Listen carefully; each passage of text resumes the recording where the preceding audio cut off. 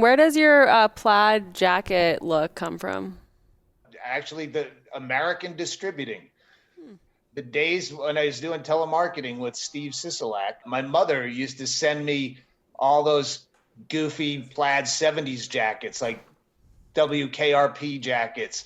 So we dress up all the sales staff in these stupid thrift store jackets. And yeah, that's where it started. And on and off, I'd wear stupid shit like that on stage. But I think it was when I found a pair of yellow pants that went with a perfect gold yellow plaid jacket and yellow pants. And I went, oh shit, if I had white shoes with this, that'd be a full outfit, not just the jacket. And then I just started, I don't have a lot of interests. So when I'm on the road for 6 weeks driving, all we do is either try to find good sushi and then find all the thrift stores in town looking for old 70s vintage shit. Nice. Yeah. Now I have a closet full like a hoarder. And all your fans dress up like that as well.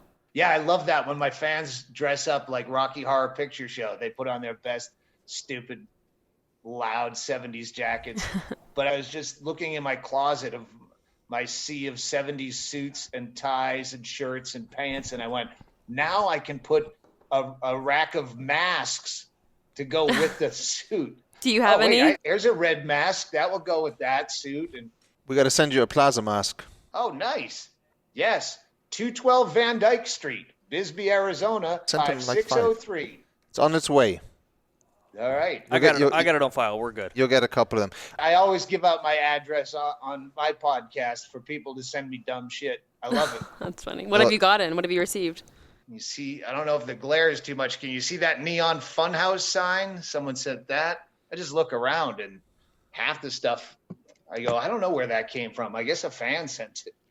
Okay, so back to the comedy here. I got some. I now I have all my information. I'm not good with the names. So some of the better ones we had were Jamie Kennedy, Nick DiPaolo, Tom Green, and one that everybody really liked that I did not like was Bobby Slayton. Oh yeah, Slayton. I first saw him. He was one of the first headliners I worked with when I started working the Riviera. Okay. Yeah, so he was a little much for me personally. I just was like, meh. But people love him. He had a good following. I remember I was just a kid sitting in the back of the room watching him. My wife, she's such a cunt. My wife, she busts my mom. My wife is awful. I just divorce her. Like you wouldn't even have an act if you divorced this horrible person. Right, exactly. That would be all you could talk about. It's like walking around going, I hate this shirt. Can you imagine having to go through life with this shirt on? Change your fucking shirt.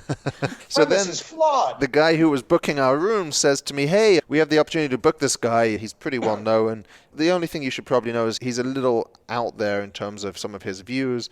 I was like, I don't mind that. We can push the envelope. They're like, yeah. Like he said some insensitive things. I said, that's cool. That's fine. We had Doug Stanhope. How much more insensitive can you be? It's just jokes. And we're pretty cool with that stuff. So he says, fine. So then he books this guy and we start getting a lot of inquiries about him and way more than usual. So I decided just to Google the gentleman, and his name was Owen Benjamin. Oh, yes. Oh, yes. And so I looked at his page. I was like, this isn't comedy. This is hate. This is insane. And the guy was like, yeah, and the owner's Jewish. Are you sure you guys are going to feel comfortable with this? Absolutely not. Have you seen some of the things this guy's saying out there? So that was Nick's. That was the guy whose name I couldn't remember. But